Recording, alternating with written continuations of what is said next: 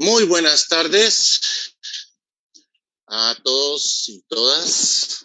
Gracias a todos los amigos y amigas del Museo Municipal de Cartago que nos acompañan en una conferencia más del ciclo de conferencias 2021 que llevamos a cabo el primer sábado de cada mes con la historiadora de arte, señora Flor de María Gallardo Álvarez. Doña Flor, muy buenas tardes y gracias por acompañarnos de nuevo. Y hoy doña Flor va a abordarnos el tema, que es un tema, por cierto, muy particular y de mucho interés. Claves para comprender mejor el performance. Doña Flor, la dejo con la palabra para que iniciemos la conferencia de esta tarde. Y a todos, les reitero, a todos los amigos y amigas que nos siguen por las redes sociales del Museo Municipal de Cartago, muchas gracias. Muchas gracias, don Frank, como siempre, muy contenta de estar un sábado más aquí en las conferencias del Museo Municipal de Cartago. Bueno, esperemos que conforme vaya avanzando la conferencia se vayan uniendo más personas. Así es que buenas tardes a Marta, a don Álvaro, a Silvia, a Glen Campos Chinchilla por estarnos acompañando por ahora en esta conferencia. Efectivamente, como dice don Frank, el tema del performance, por eso puse esta foto de portada, porque realmente es evidencia un poco lo que es enfrentarse con el tema del performance.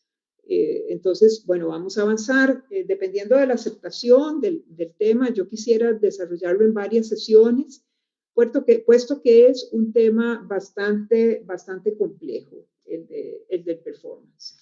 Entonces, empecemos sin más con algunas notas iniciales, sobre todo iniciando, como siempre es la costumbre, planteándonos lo que suele suceder en el arte, que en el arte a veces empezamos y terminamos los ciclos de pensamiento, de conocer nuevas, ¿cómo se dice? De conocer nuevas tendencias y otras cosas que respuestas, pero nunca antes en la historia más como en la actualidad de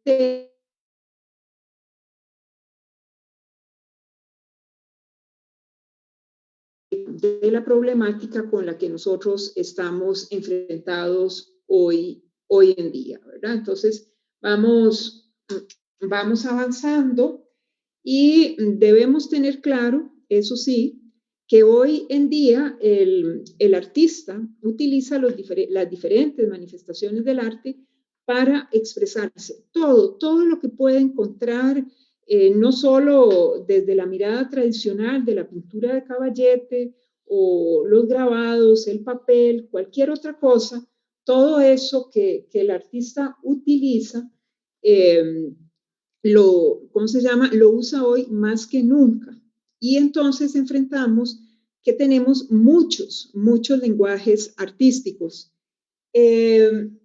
Una particularidad es que cuando nosotros vamos a una galería, a un museo, cuando nos enfrentamos al arte, nosotros no tenemos ningún problema cuando nos enfrentamos a una pintura, porque la pintura, por lo general, y aquí pues, estoy viendo una enfrente, tiene un marco, un bastidor, algo que la separa del resto de la pared. Cuando vamos a ver una escultura, pues la escultura tiene un bastidor, una base, un soporte, alguna cosa que hace que yo pueda limitar ese espacio. Sin embargo, con el performance, con las instalaciones y con otros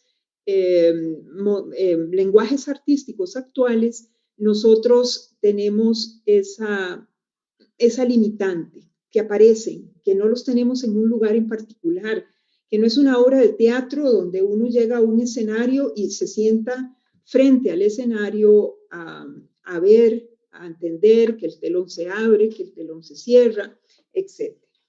Entonces, esa ruptura de las reglas artísticas tiene como consecuencias, entre otras, retar al público. Pero la mayoría de las veces, el público no responde como con el mismo entusiasmo con el que pueden responder la mayoría de las personas que sí conocen sobre los temas.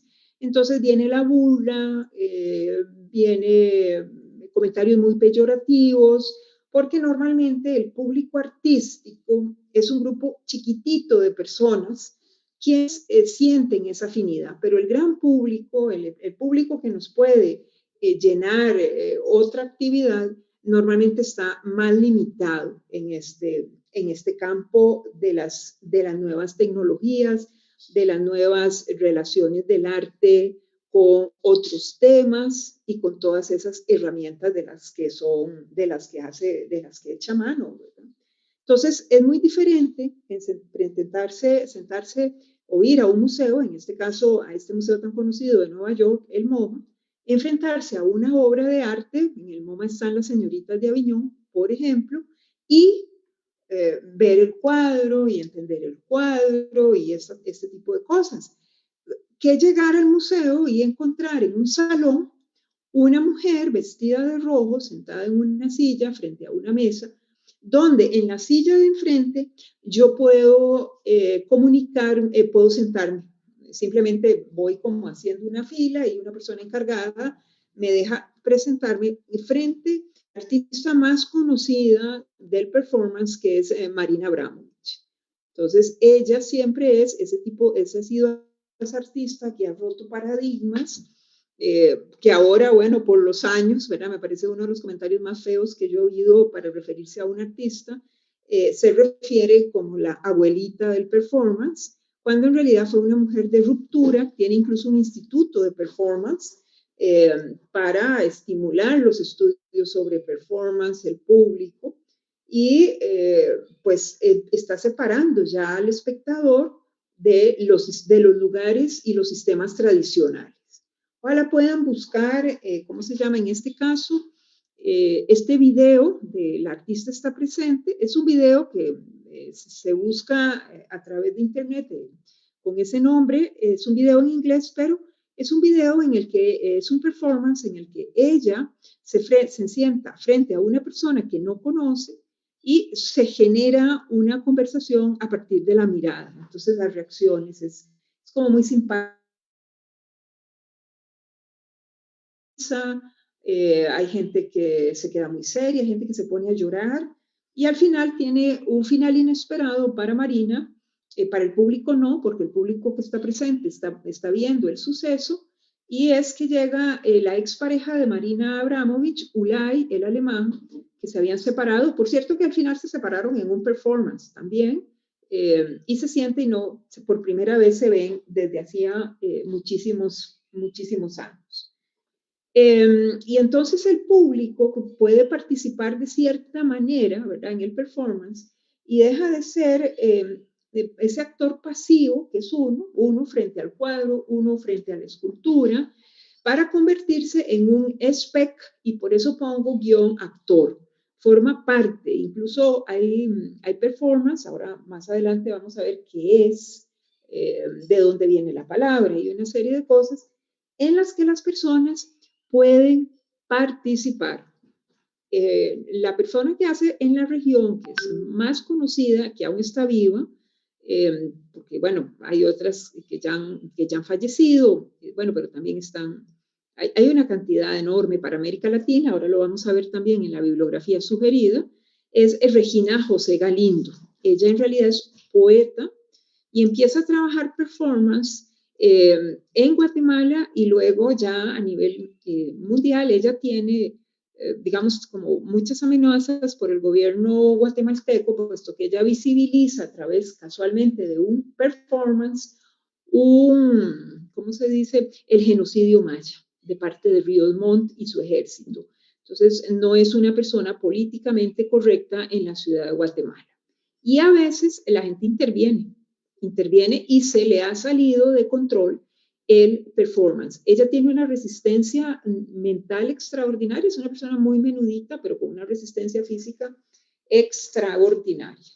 Bueno, en este caso, ¿verdad? En este caso, la actividad se llama presencia, es un ciclo que se hace dentro de esta casa encendida, que es un lugar en Madrid donde se hacen exposiciones, se hacen performances, se hacen conversatorios, todas estas cosas, y se hace alrededor, ¿cómo se llama?, de un ciclo que se hizo que se llamaba Mujeres para la Impunidad.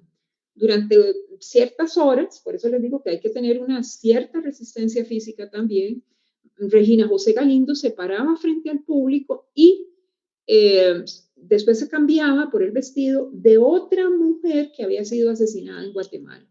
Horas después, el siguiente vestido y el siguiente, una manera de visibilizar a las artistas y de convertirse el arte y las artistas en muchos casos en la única voz de protesta de algunos grupos.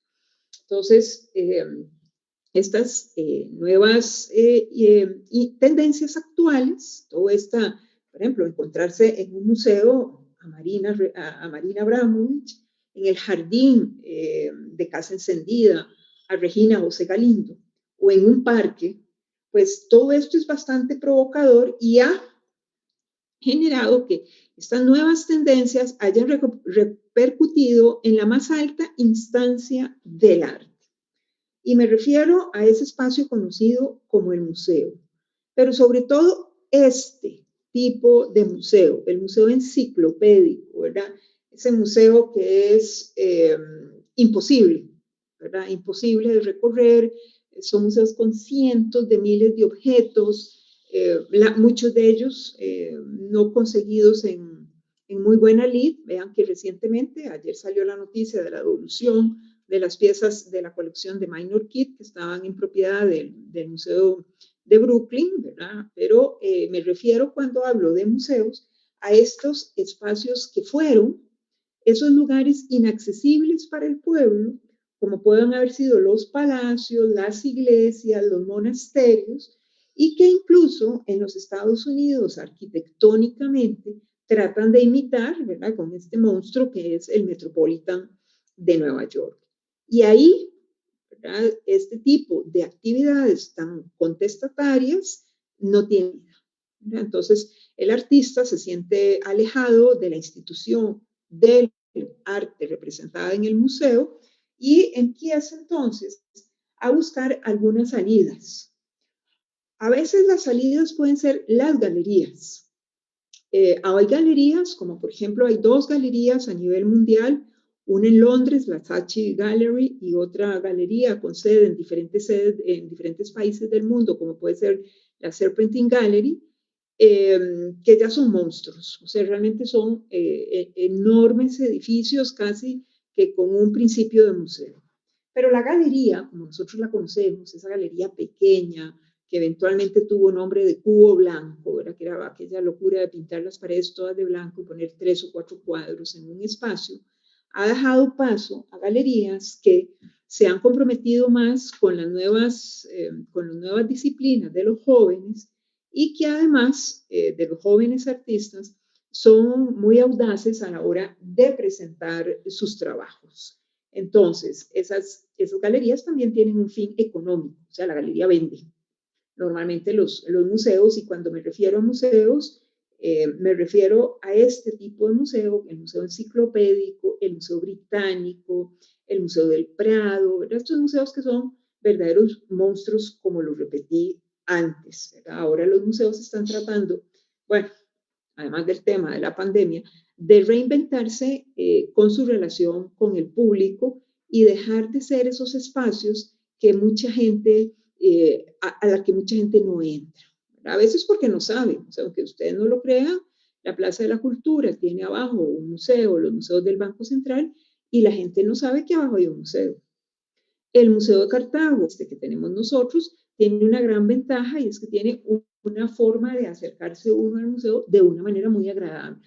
O sea, tiene un gran jardín, está como en una especie de paso peatonal, que no se respeta mucho, pero bueno, y por lo menos acerca al público, y entonces el museo se convierte en un espacio más amigable, y entonces los museos están empezando a invertir millones pre-pandemia en los programas educativos, en conversatorios, en conciertos, y se han vuelto puntos de encuentro, al punto que hay muchos museos que se están inaugurando recientemente que se llaman centros, Centro Nacional de Arte o Centro de Arte, como por ejemplo el Reina Sofía, en Madrid el Centro de Arte Georges Pompidou, en París, que están tratando de quitar esta cara que es intimidante.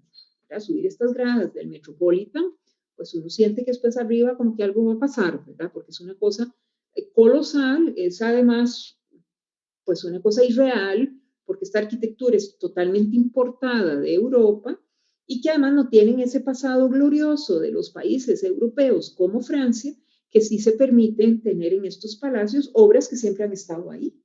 De ahí que en los Estados Unidos los primeros museos que se hacen sean, esta es una notita que no tiene absolutamente nada que ver con el performance, pero que los primeros museos estadounidenses son los museos dedicados a los dinosaurios, porque es lo que hay en los Estados Unidos, ¿verdad? Huesitos de dinosaurios, y entonces la gente va a ver los dinosaurios y finalmente logran armar hasta un dinosaurio completo, y ahora realmente hay unos que son hasta articulados. Pero bueno, tratemos de aprovechar el tiempo, voy a tratar de no desconcentrarnos, me alegra mucho que ya varias personas se estén acercando, ahí veo a mi querida amiga Marta Sánchez, que era de las personas que iban presencialmente cuando se podía, la presencialidad, y por ahí veo a Doreen Bucket y parte de su grupo Pintal. Bueno, hoy en día, ¿verdad? Eso es una cosa que tenemos que tener muy, muy claro, el arte no tiene reglas o no las tenemos en un manual. O sea, no hay un libro que se llame Reglas para hacer arte contemporáneo. Claro que hay publicaciones como la de Pablo Helguera, que es muy jocosa, pero normalmente no existe ese manual. Como sí lo existía, por ejemplo, en la antigüedad. Aquí tenemos el manual de la pintura de León Battista Alberti, que publica ya en el 400 más o menos, y que va sumando todas las particularidades que un artista debe cumplir para poder cumplirle a su príncipe, a la iglesia, al gran duque, con las pinturas que así se requieran, ¿verdad? Entonces, en esa época hay reglas, ¿verdad? Y entonces lo sabemos, ¿verdad? El artista del antiguo Egipto, el artista griego, que en realidad no se llamaban artistas, esa es otra cosa que es otro tema como interesante, ¿verdad? Y viendo cómo llega el hombre, el ser humano a ser artista, el personaje que trabajaba en la Edad Media de forma muy, muy anónima en un colectivo, o en el Renacimiento, donde el artista no solo se convierte en el artista que nosotros conocemos, sino más tiene ciertas características casi divinas, ¿verdad? Son artistas en los que nosotros, si hay algo que nosotros admiramos, es la capacidad de los artistas para desarrollar, ¿verdad? Para no solo la habilidad, sino para pensar con genialidad. Y es así como, por ejemplo, aparecen, ¿cómo se llama?, figuras y textos, como en este caso la figura de Brunelleschi, que es indispensable, en la que Brunelleschi tiene los principios básicos de la perspectiva. Hecho esto por Brunelleschi, se sigue como si fuera un manual. Los egipcios, por su lado, bueno, siempre que puedo poner la paleta del Rey Narmer, la pongo, porque es bellísima. Esta paleta en realidad es una especie como de paleta de polvos, de los que se pone uno, esos que se ponen unos montones para no brillar, que se ponen aquí, se los voy a señalar, en el centro, donde están las dos culebras, lo quito porque la imagen es realmente bonita para echarla a perder, y aquí vemos un ejemplo clarísimo de los principios de belleza y de las particularidades que tiene el arte egipcio, a saber, el tamaño del faraón. Tenemos al rey Narmer de un tamaño enorme en comparación con el tamaño pequeño de su prisionero, que lo ven, lo tiene tomado pues del pelo, ¿verdad? Y a punto de cortarle la cabeza, y o del portador de sus sandalias, que está atrás, muchísimo más pequeño, o incluso en este lado de la paleta vemos el desfile real, donde van los portadores de estandartes, la figura que va anunciando que ahí va el rey Narmer, que en este caso, vamos a señalarlo, es este personaje aquí. Y finalmente volvemos a ver a su portador de sandalias. La paleta es bellísima, realmente es un trabajo maravilloso, pero tiene reglas, ¿verdad? Esas reglas que yo debo seguir de la misma manera que existían las reglas durante la Edad Media. Entonces, ¿cómo hacer un coro? ¿Cómo se hacían los vitrales? ¿Cómo debía hacerse todo el trabajo de marquetería? Todo ese tema maravilloso de la madera. En la pintura, ¿cuáles eran los requisitos que había que servir? El ceremonial que había que seguir, el ceremonial en general, ¿verdad? Entonces, ahí tenemos ejemplos donde la pintura tiene reglas clarísimas que seguir y nos generan maravillosas obras de arte. Realmente estas paletitas, ¿verdad? Como digo yo, estas cajitas de polvos son bellísimas, pero tienen un sentido utilitario y siguen todas esas reglas. Además, vean que se sigue el principio, el canon de belleza egipcio, donde uno le debe ver al faraón los dos pies, o sea, los dos tobillos. Es una posición imposible, ¿verdad? Se le debe ver las dos rodillas y las dos piernas, de perfil una parte del torso, luego se le deben ver los dos hombros y los dos brazos. Ese es un canon de belleza que se usa recurrentemente en Egipto por 2000 años, de forma bastante recurrente. Hoy, en cambio, las artes, tal y como se practican en el mundo occidental y occidentalizado, industrializado, ¿verdad?, se han apartado de las necesidades cotidianas, ¿verdad? Ya no responden a un rey, ya no responden a un duque, a un príncipe, a un papa. Aquí vemos, por cierto, a Yoko Ono en un performance del año 64. Yoko Ono realmente es una artista por derecho propio, que esa es la razón por la que John Lennon la conoce. Se conocen en una galería de arte, me parece, o vinculados con el arte, me corrigen ahí, y vemos cómo ellos van poco a poco, va rompiendo con absolutamente todos estos paradigmas, ¿verdad? Entonces, vamos caminando y sigamos como, en muchos casos, ahí me faltó una S, se ha convertido en el espacio exclusivo de la experiencia estética. Ahora, el arte de ruptura era antes solo estética, solo para unos iniciados. En cambio, hoy la idea es un poco sustituir esa apariencia de orden, una apariencia de caos, ¿verdad? Pero un caos controlado, ¿verdad? Un caos que realmente no es tal caos, que a veces sí se sale de control. Algunos performances, como le pasó a Regina José Galindo, cuando lleguemos al tema de, ¿cómo se dice? Cuando lleguemos al tema de performance en la región, porque tenemos un libro de lujo para eso, pues hay que detenerse tamaño rato en nuestra amiga guatemalteca, que ha estado aquí en Costa Rica en algunas ocasiones. Pero bueno, voy a poner aquí un violento alto. Esto es en algún lugar de Costa Rica, pero bueno, imposible identificar el espacio, para dar una miradita rápida a la bibliografía, para variar, para avisarles que saquen sus cámaras, ¿verdad?, para que puedan ir retomando. Aquí tengo los libros.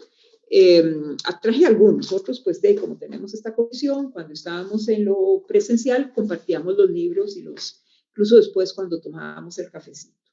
Entonces, los voy a poner del más reciente al de publicación más antigua. Eso no quiere decir que alguno sea más o menos importante, pero eso es un conversatorio que se dio en agosto del año pasado. De una mañana hablaron artistas de diferentes países, vean que en este caso estaba Alexia Miranda por El Salvador, Regina José Galindo para Guatemala, el representante de Honduras era Leonardo González, Katy Numi de Belice, que me encantó, yo vi esta, era la que yo no conocía, yo vi este conversatorio, y vean, por ejemplo, en este caso estaba Lucía Madrid por Costa Rica.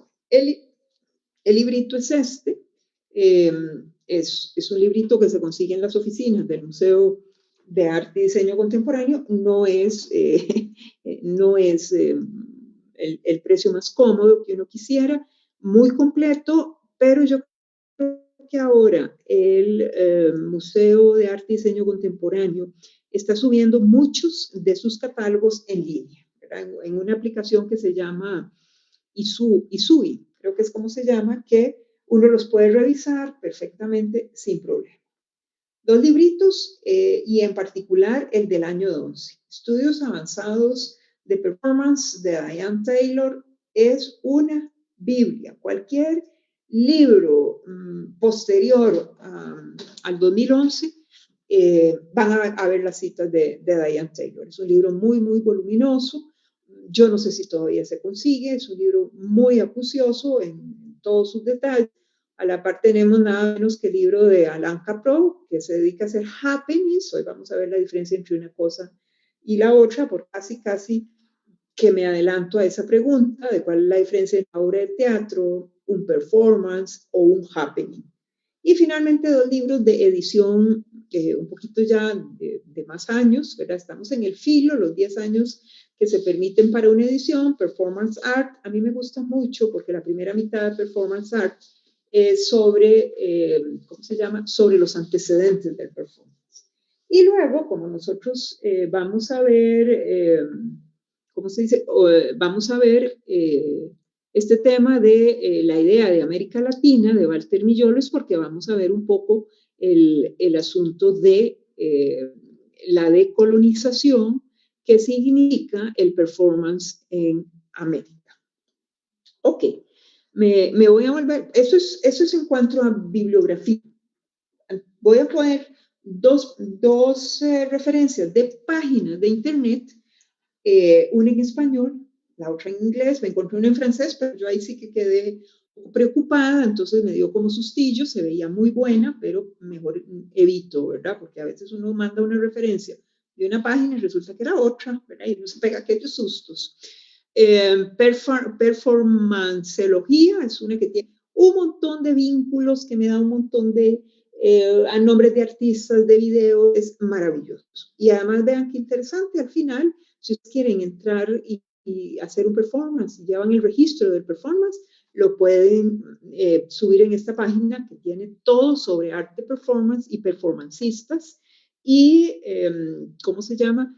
Me parece que es muy, muy interesante, porque ahí también tenemos otro tema de la importancia del archivo en el performance. Esta es la otra página, se llama Performa. Este sí está en inglés. Ahí tienen diferentes, incluso bienales dedicadas exclusivamente al performance, cuál es la misión de este grupo, quién lo dirige, que es esta mujer, Goldberg, que siempre ha sido una gran influencer dentro del mundo del arte, etc. Entonces, voy a volver a ver hacia la derecha para ver ahí algunas preguntas por si las hay, y entramos en un capítulo interesante sobre antecedentes, ¿verdad? Vamos a ir con pequeños capítulos. Bueno, ahí veo una pregunta que así sobre, me preocupa un poquito, y es que Silvia Troyo, a quien aprovecho para saludar, dice, veo desenfocado. Entonces, esa pregunta es casi un poquito para Andrés, que es nuestro ID Manager del Museo Municipal de Cartago, esperando que tal cosa no se esté dando, ¿verdad? Que estemos ahí sin problemas. Y luego vemos, no, lo que vemos son saluditos, sí, no hay, ¿cómo se llama? No hay más comentarios. Ok, entonces seguimos con, a veces A veces la presentación se pega, ¿verdad? Entonces eso uno lo pone estresadísimo. Ahí simplemente se refresca la página, ¿verdad? Se le da un clic arriba a la barra donde está la dirección y la página se refresca. Entonces, en antecedentes, de cada antecedente nosotros podríamos hacer un curso, pero ese no es el objetivo, ¿verdad? El objetivo es ver performance. Pero yo no puedo abstraerme de algunos de estos objetivos, estos antecedentes.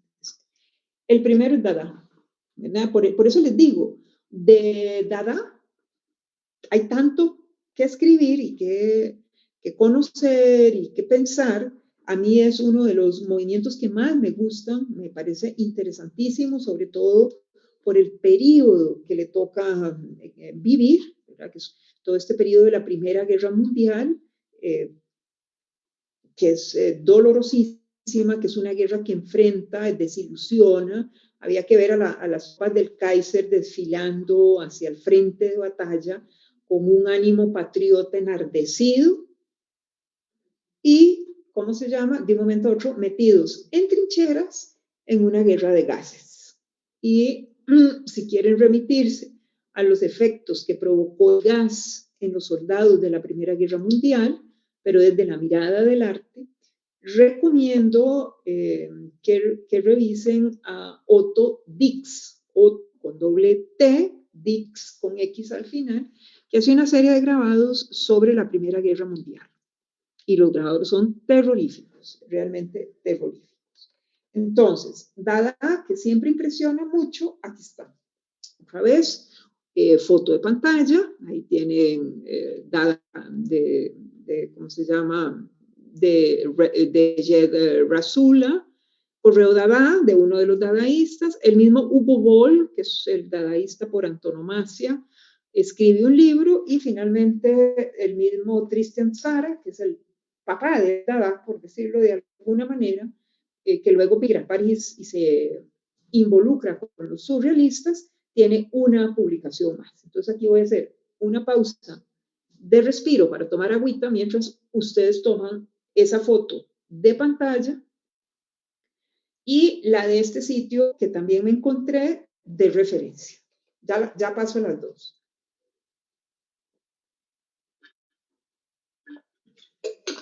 Ok. Entonces, bueno, aquí tenemos los libros, ¿verdad? Como les digo, estos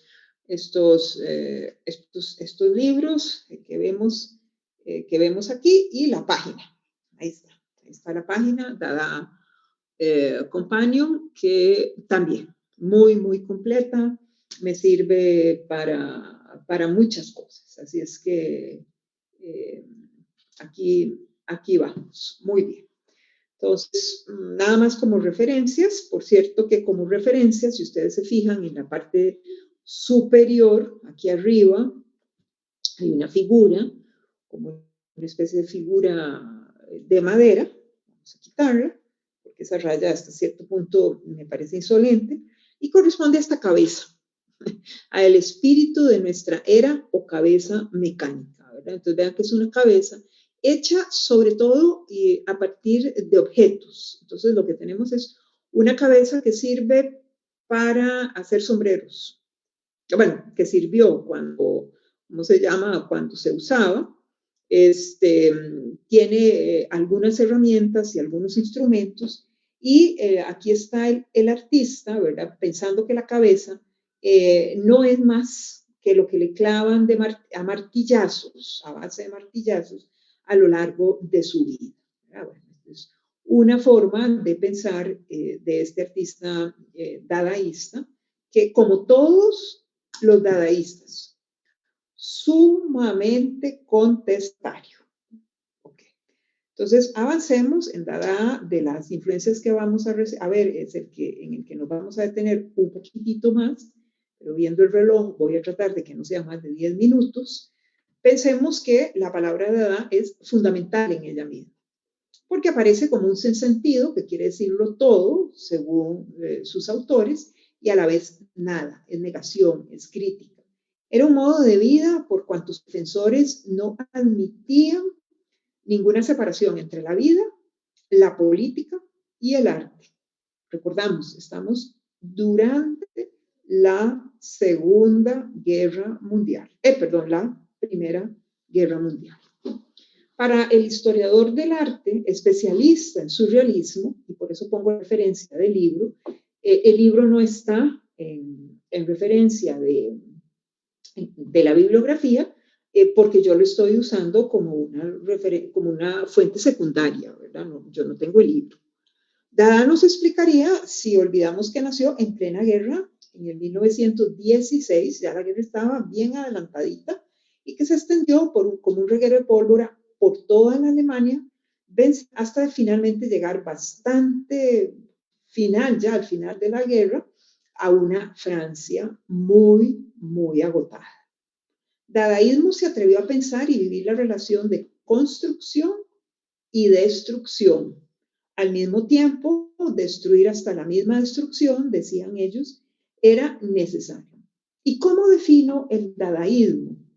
El dadaísmo es, según este caballero que vemos en la fotografía de la izquierda, de un nombre un poco largo, ¿verdad? Que es Georg Christopher Lichtenberg, que nos dice, un objeto dada ideal, y esto nos sirve para explicar qué es dada, es un cuchillo sin hoja que ha perdido el mango. Es un poco, ahora se van a quedar pensando, claro, es un nada, es un sentido.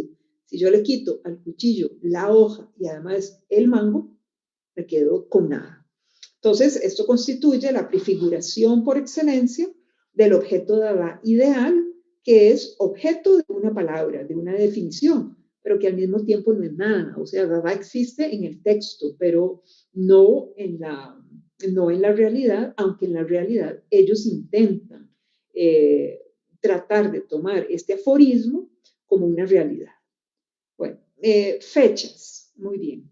Siempre hay discusiones en cuanto que ¿cómo se dice? Dada es fundado en tal día, en tal otro, no que Múnich tiene la bandera del inicio, que después lo pasan para no.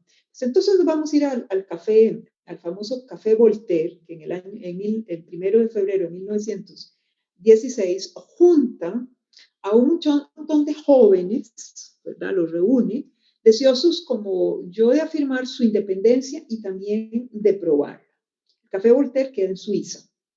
Y se unen figuras como Marcel Janco, Christian Zara, Hans Arp, que luego se va a llamar Anne, porque Hans primero nace en Suiza, trabaja con Dada en Suiza, luego se hace surrealista en París y entonces se cambia su nombre por Jean. Y si lo pueden encontrar, si ustedes lo encuentran como Hans o como Jean, es totalmente válido. Si son muy acusados, lo van a encontrar como Hans antes de hacerse francés, ¿verdad? Pero ya eso es hilar delgadito.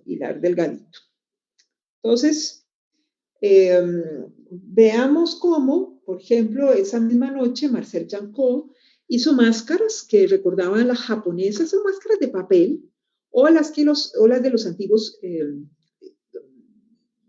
actores griegos. Estaban diseñadas para causar efecto a la distancia en un pequeño espacio del cabaret y sobre todo hay una noche especial en la que Hugo Boll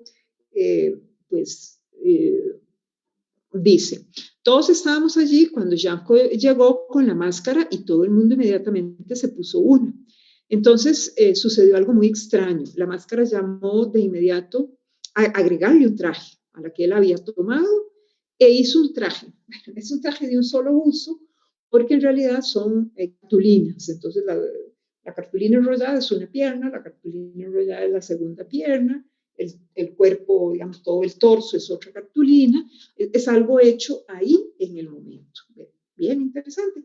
E inmediatamente empiezas a recitar un poema Dada.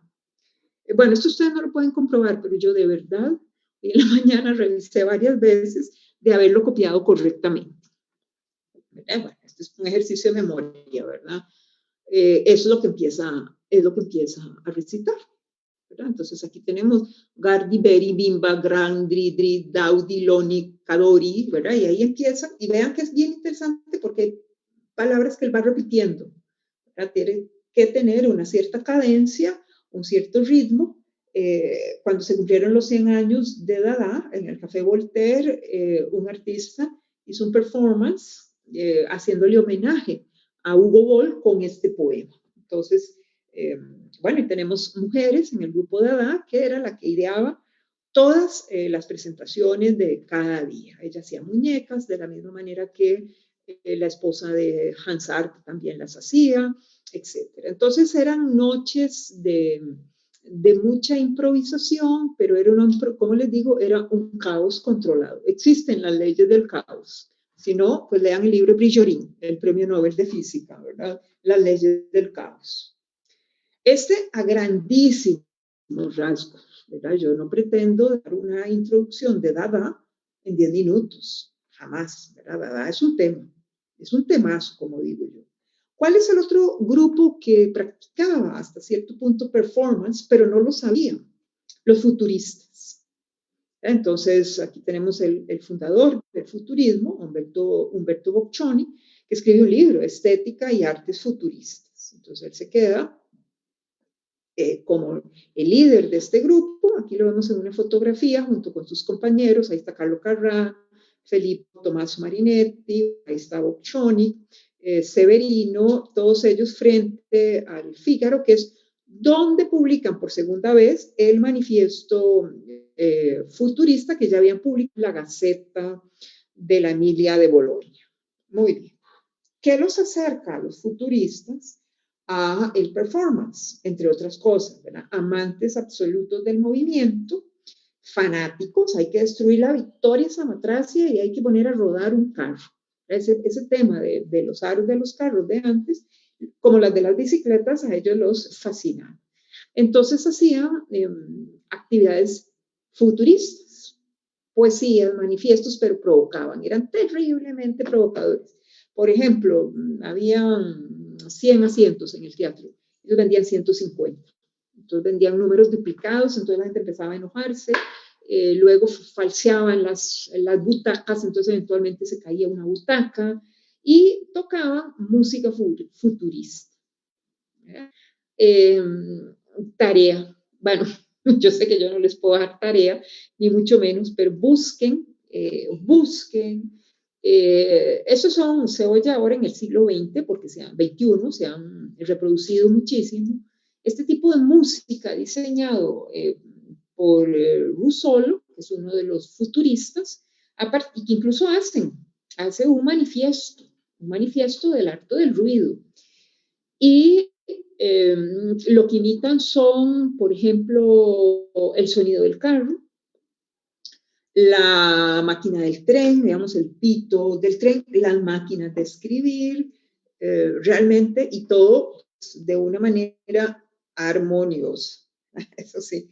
Y pues este es un grupo, tan contestatario como el Dada, de un periodo más corto, que finalmente se enfoca en la pintura, ¿verdad? Es con la pintura, y luego diseñan, que eso sí siempre me ha encantado, ellos diseñan ciudades del futuro. Eso me encanta. ¿En qué sentido? Si ustedes ven Ciudad Gótica, todas estas ciudades de Lee, ¿cómo se llama? Stanley Lee, de los cómics, todas esas ciudades están basadas en la arquitectura futurista. Eso a mí me parece increíble, de verdad. En eso hacen un aporte que al final no se vuelve en algo práctico. O sea, uno no puede llegar hoy, ir por Italia y voy a buscar y ver que hay arquitectura futurista, no, porque además era una arquitectura bastante difícil de ejecutar. Entonces, pero hacen ese gran aporte.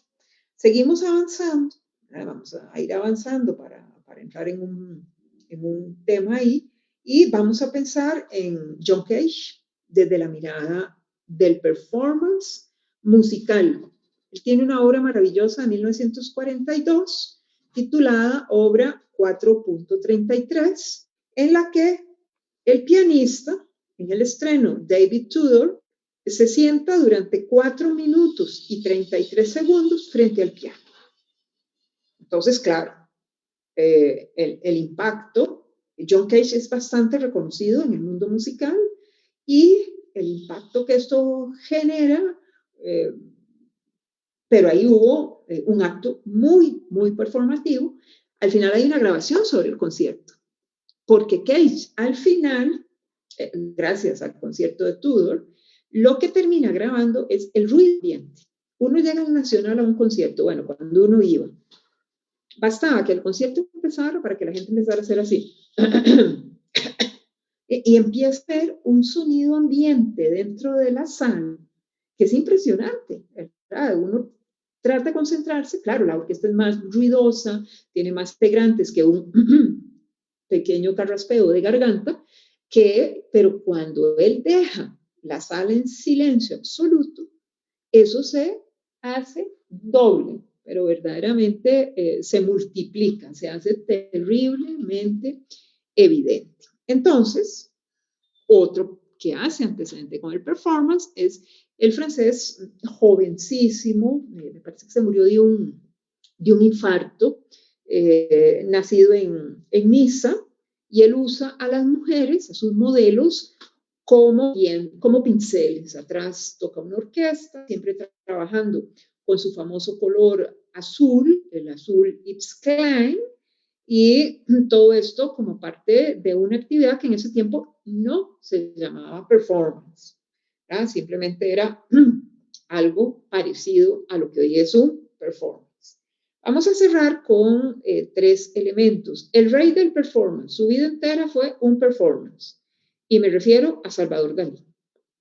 Si ustedes buscan este video en internet, ¿verdad? Que es el nacimiento de Salvador Dalí de un huevo en Port Ligard, que es donde él vive.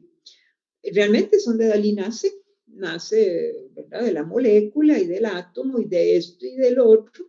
Y el hombre este, de una genialidad extraordinaria, logra ser, no uno, como les digo, Dalí tenía una vida de performance permanente, total.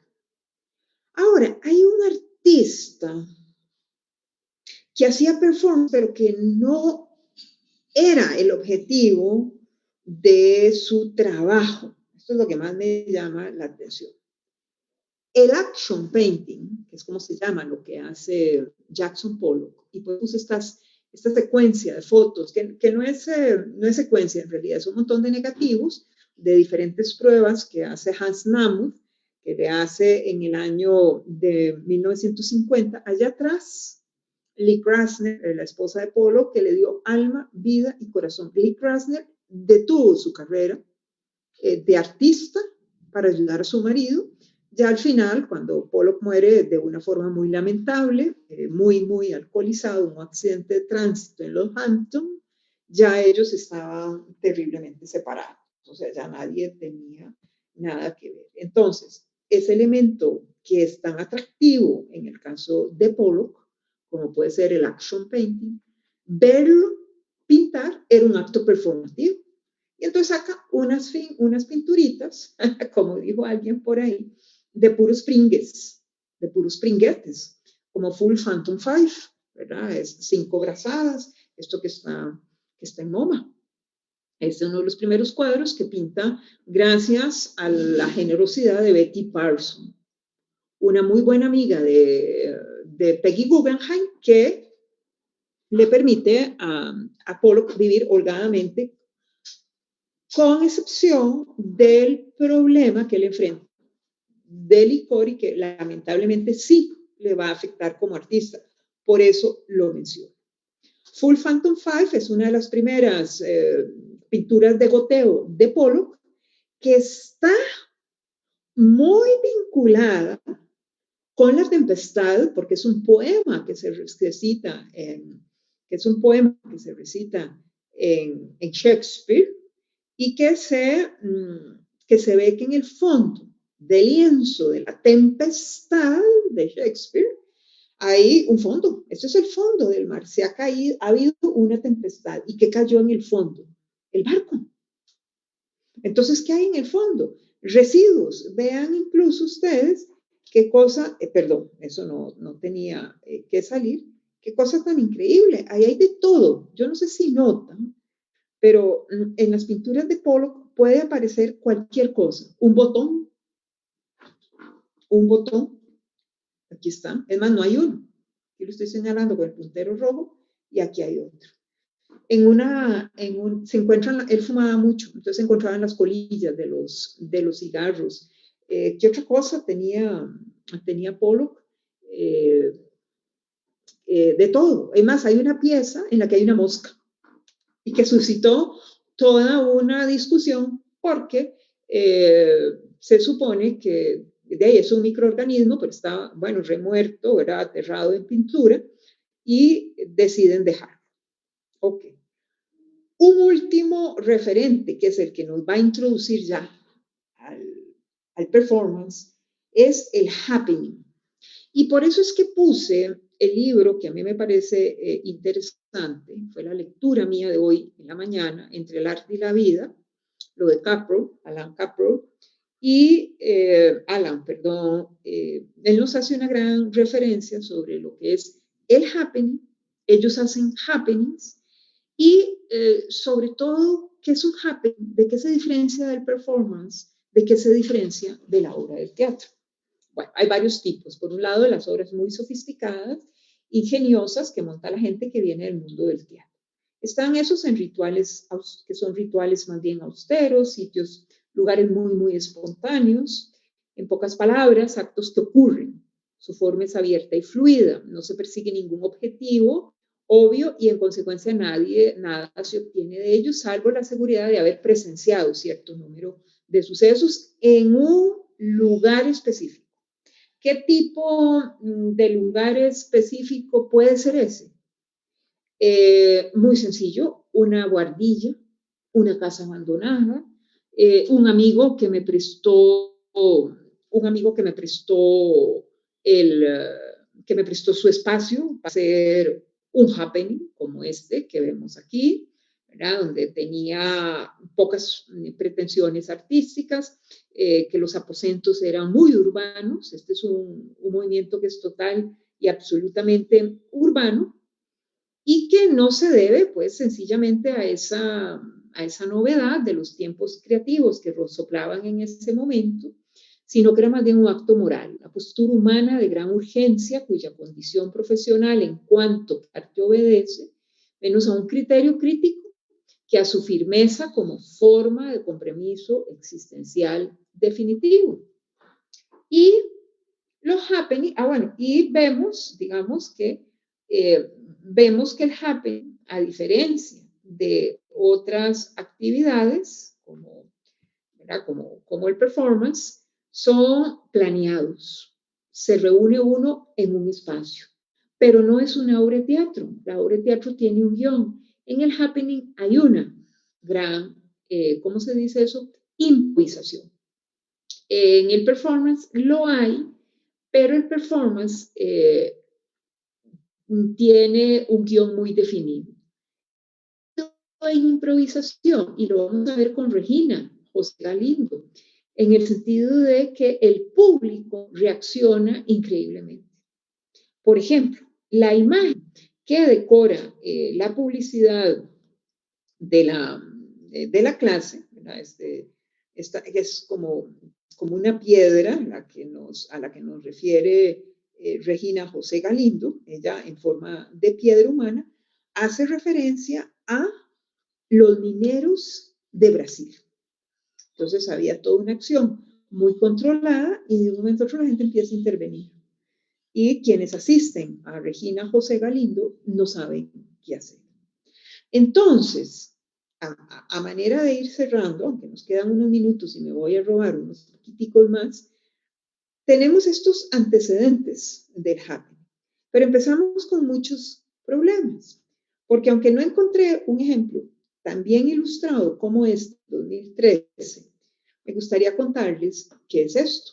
Bueno, esto es una activista, ella se llama Jacqueline Trade, es una defensora de los animales, que en la ciudad de Londres se sometió a 10 horas continuas de experimentos a los que son sometidos miles de animales del mundo. Y además esto se hizo en una vitrina, enfrente de un comercio. Ven ahí en la fotografía, que es tomada de adentro hacia afuera, cómo la gente se detenía a ver este acto de esta activista. Este es un performance como acción, ¿verdad? Y como llamada de atención por los animales maltratados. Y como él, hay muchos otros, pero no tiene el tema de ser un performance como lenguaje artístico. En este caso es un performance cuyo objetivo único para Jacqueline Trait era llamar la atención sobre los animales de laboratorio, ¿verdad? Los que están en las grandes compañías de cosméticos, en alimentos, en todo. Entonces ella estuvo ahí, bueno, debe haber sido agotadora esas 10 horas. Entonces, esto es una actividad performativa porque vamos a ver el problema de la palabra. Y esto es en lo que yo quisiera conversar un ratito para ya cerrar. Pero para hablar de esto me voy a robar unos minutitos. Y por aquí tengo el celular, pero no veo que don Frank me esté llamando la atención. Entonces, ¿qué significa performance? Bueno, el performance como término crea complicaciones prácticas y teóricas, tanto por su omnipresencia como por su ambigüedad. Es que es un término en inglés. Entonces, uno oye ya la performance, eso se oye, de los quehaceres, de una palabra que reúne quehaceres tan diversos como el mercadeo, el deporte y el arte. Entonces uno oye la performance de las botitas estas, de los tacos de fútbol. Bueno, que tienen este material y que los tacos están hechos de esto y de que además son al final desechables de forma amigable con el ambiente. En la Fórmula 1, permanentemente, la performance de este auto. Cuánto pesa, cuánto corre. Hay, bueno, miles de cosas que suceden con estos productos que se mercadean. Entonces, eso es algo, los comentaristas, digamos, si aquí hay aficionados al deporte, uno puede hablar del desempeño de, no de la persona, sino de los accesorios que usa. Lionel Messi sería Lionel Messi diferente si usara tacos de muy mala calidad, ¿verdad? Caseros, hechos por la mamá, que aunque lo quiere mucho, no tiene esa altísima tecnología.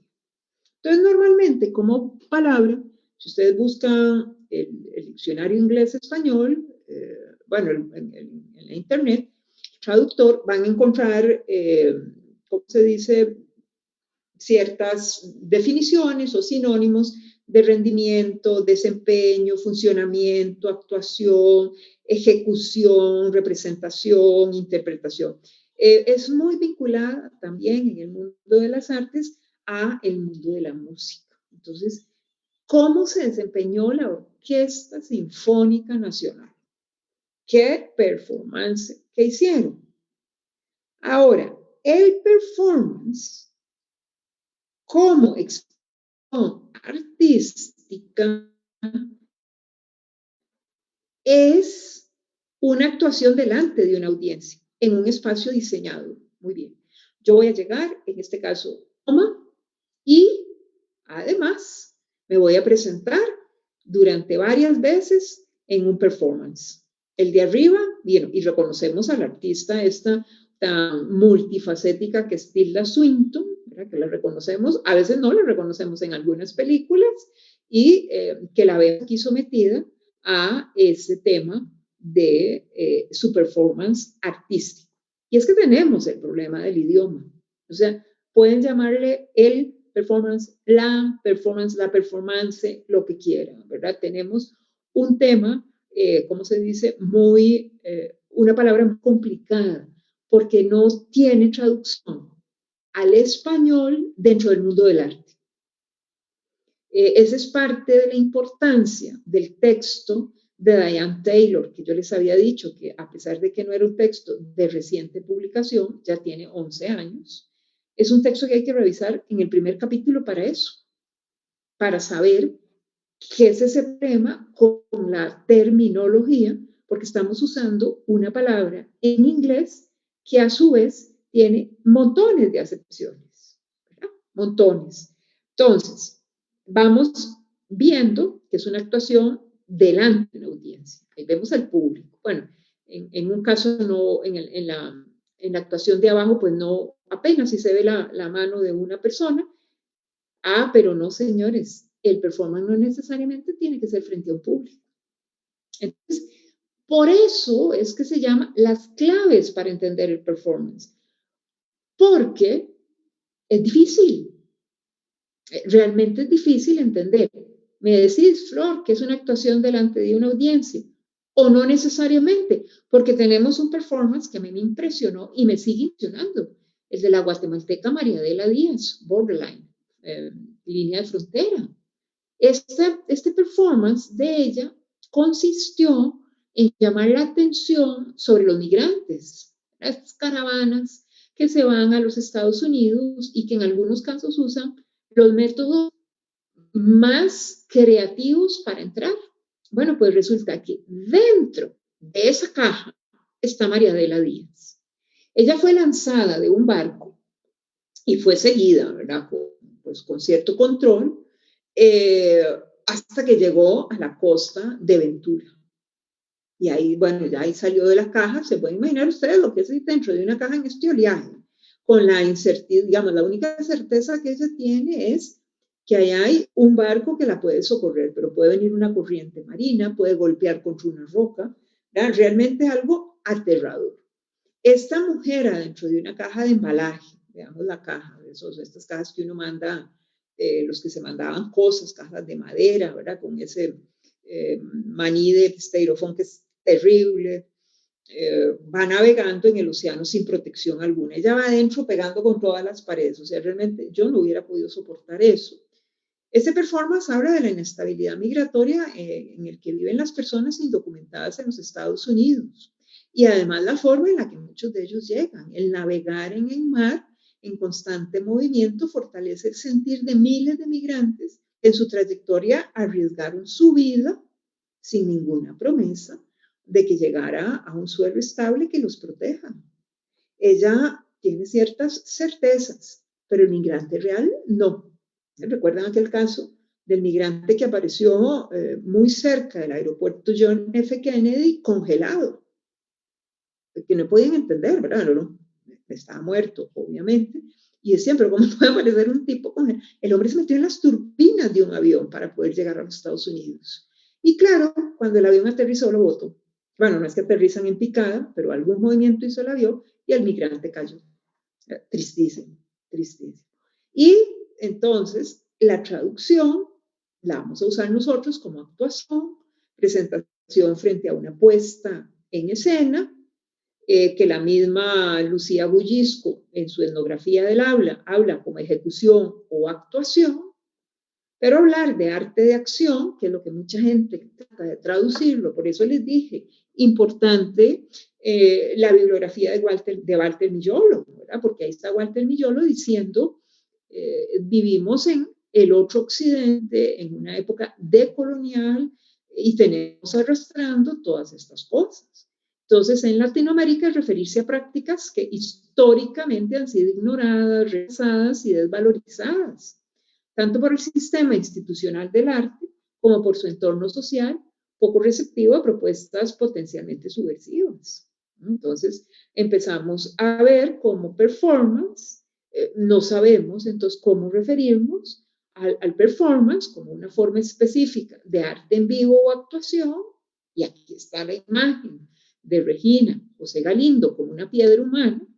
De manera repentina, un performance podría surgir en cualquier sitio o en cualquier momento. La gente estaba sentada en una especie de parque, y ella se sienta, ya va totalmente pintada de negro. Si quieren, ahora en la sección de preguntas y respuestas hablamos un poquito de en qué consistió el performance, pero al final, pues lo que nosotros nos estamos enfrentando es con una lenguaje artístico antiinstitucional, antielitista, anticonsumista, provocativo, desafiante, en el que el artista solo necesita su cuerpo, su palabra, su imaginación, esa capacidad de conectar con el público para comunicarse frente a un público que a veces se ve involucrado en el evento de manera inesperada, contra su voluntad, o se deja llevar digamos, por el ímpetu. Es un acto de intervención efímero, depende de textos, no necesita director, actores, diseñadores, nada, todos esos elementos del teatro, pero sí requiere de un registro. José Galindo o la valiente artista de la caja María Adela Díaz, cada vez que hagan este performance, que se llama Frontera o Piedra, es uno nuevo. Siempre es un performance nuevo. Por eso es tan importante el uso de archivos. Vean aquí en la maestría de filosofía, en la que yo me colé en un par de cursos, gracias a la buena disposición de algunos profesores, cómo rendimos homenaje, ¿verdad?, a los 35 normalistas de John Sinapa. Siguen, ahí lo seguimos esperando a saber dónde están, ¿verdad? ¿Dónde están? Aquí está un trabajo de Gómez Peña, ¿verdad?, que es un performance bastante público de este artista chicano, que si yo fuera mala gente les diría que les explico esto en la próxima clase, pero como ahora existe internet, en internet se ha perdido el suspenso, ¿verdad? Porque puedo ver todas las series seguidas o buscar la información, hace alusión al documentado invisibilizado de los Estados Unidos, ¿verdad? Entonces, por eso les digo, es un abrebocas. ¿Qué nos queda? Un montón de ejemplos, pero sobre todo los que más me interesan a mí son los de la región, ¿verdad? Los performances hechos por artistas costarricenses. En este caso, por ejemplo, Rosela Matamoros es una de las artistas de performance con más vigencia, y yo no sé cómo hace, ¿verdad? Pero permanentemente, ¿verdad? Si no es una exposición, es una actividad, es un performance, es un trabajo increíble el desempeño que tiene ella. De tantos artistas de la región como figuras costarricenses, como Lección de Maquillaje, ¿verdad?, de Priscila Monge. Ella, la de la foto no es Priscila Monge, es la hermana, ¿verdad? La hermana de ella le sirve en el video. Entonces, no sé si quito la presentación para volver a ver un poco el tema de las preguntas. Yo no tengo prisa y puedo entonces ahora sí revisar un poquito con más calma las preguntas, y si es del caso, volvemos a la presentación para revisar esas preguntas. Entonces, la pantalla de apoyo que uso yo para poder ver el Facebook está aquí del lado derecho. Entonces, bueno, vamos a ir viendo bueno, primero, yo dije, hijo, solo llegaron 12 personas, pero no, veo que hay un poquito más, y vemos algunos comentarios. Bueno, muchas gracias, doña Roxana, de verdad que le agradezco su comentario.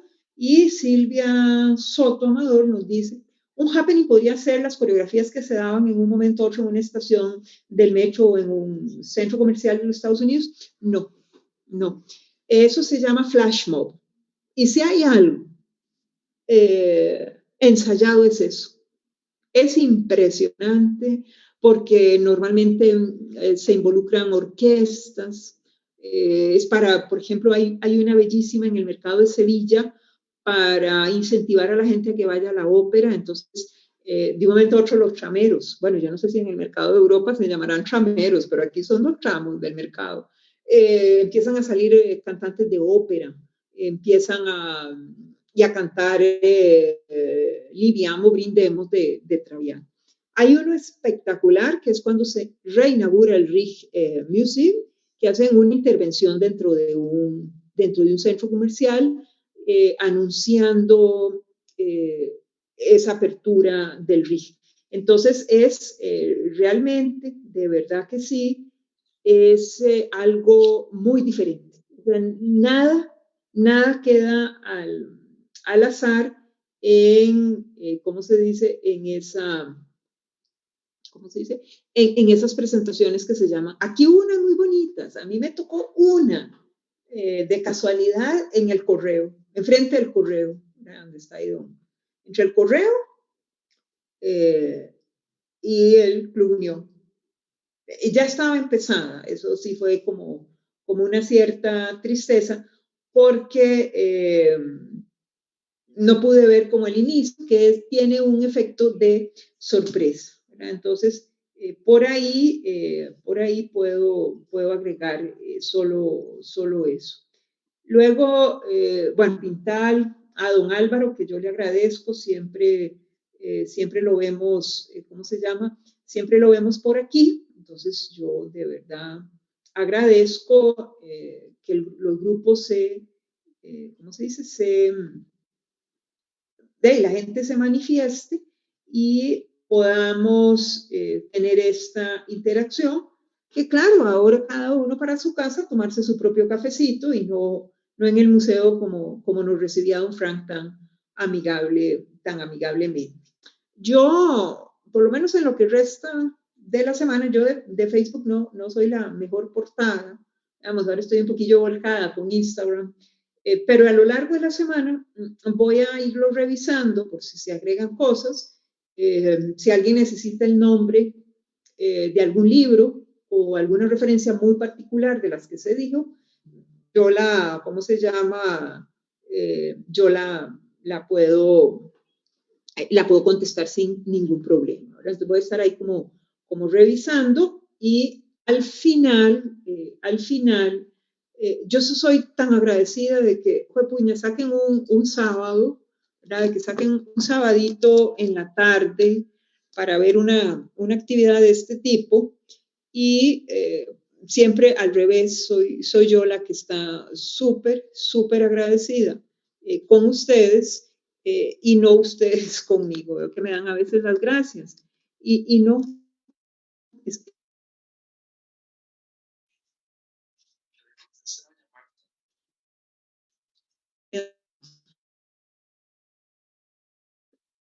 Pero nada más, ¿cómo se dice eso? Nada más por internet, ¿verdad? Ya no hay otra opción, lamentablemente. Doña Flor,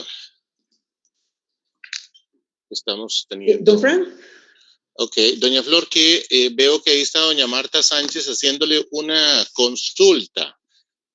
No sé si la podés revisar en el Facebook tuyo. O la leo. Voy a... Ya entré aquí. Ah, mira, si es que son más comentarios de los que yo veía. Es que bueno, aquí dice, extraño es... ¿Sería eso un happening o un performance? Bueno, aquí está. Tuve la oportunidad de ver... los chiquillos que corrían un chingo. Sí, yo me acuerdo de eso. Eso era un performance. ¿Verdad? Vamos a contestarle aquí, ponerlo aquí para que quede anotado. Lo que hicieron los estudiantes de la Escuela de Artes Plásticas de la Universidad de Costa Rica fue un performance.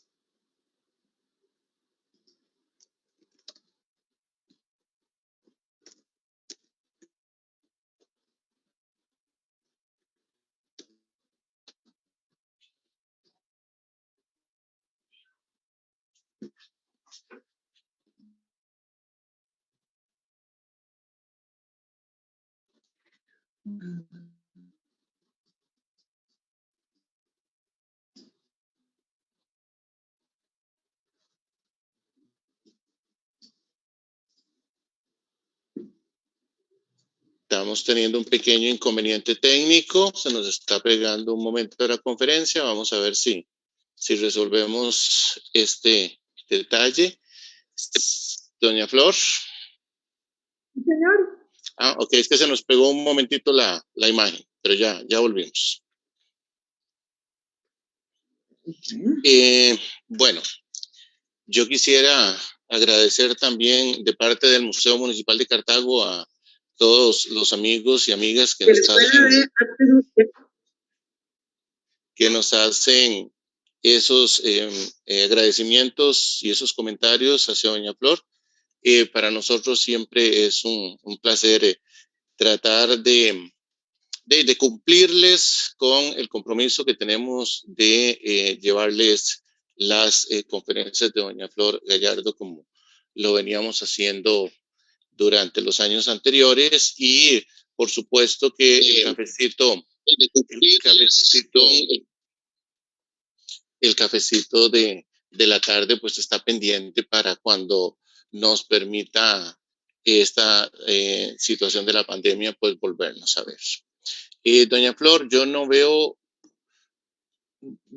a doña Fiorella del Vecchio que pregunta cuáles ejemplos de happening nos recomienda buscar para tenerlo más claro. Aquí le estoy contestando porque le estoy poniendo el nombre del libro. Ok. Para que vea algunos ejemplos. Entre el arte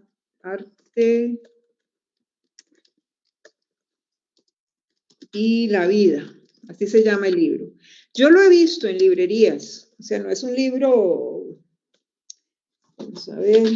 Es un libro del 2016, pero yo lo he visto. Digamos, yo lo he visto en librerías. Entonces ya hay que dar respondida la pregunta de doña Fiorella del Vecchio. Y ahí seguimos, ¿cómo se llama? Con otras, revisando después otros comentarios. Ok. Entonces, si no hay más temas, y agradeciéndole de nuevo a todos los amigos y amigas que nos han estado siguiendo por las redes sociales, especialmente la del Museo Municipal de Cartago, pues yo quisiera agradecerle a doña Flor por su tiempo y su disposición a seguir siendo parte de las actividades culturales de este museo. Y doña Flor, si gusta, cerramos con usted. Bueno, muchas gracias, don Frank. Me alegra haber terminado con vida. Ha sido una semana en la que he luchado toda la semana con el Internet, pero bueno, espero que la cosa haya fluido. Y bueno, en buena teoría nos vemos con parte 2, ya entrando a ejemplos muy, muy puntuales de performance. Eso sí. Perfecto. Muchísimas gracias, doña Flor. Y sí, nos estaremos viendo próximamente en nuestras próximas conferencias, las cuales están total y completamente invitados. La invitación la podrán estar viendo la fecha en nuestras redes sociales. Así es que muchísimas gracias a todos y todas y nos vemos pronto. Muy buenas tardes.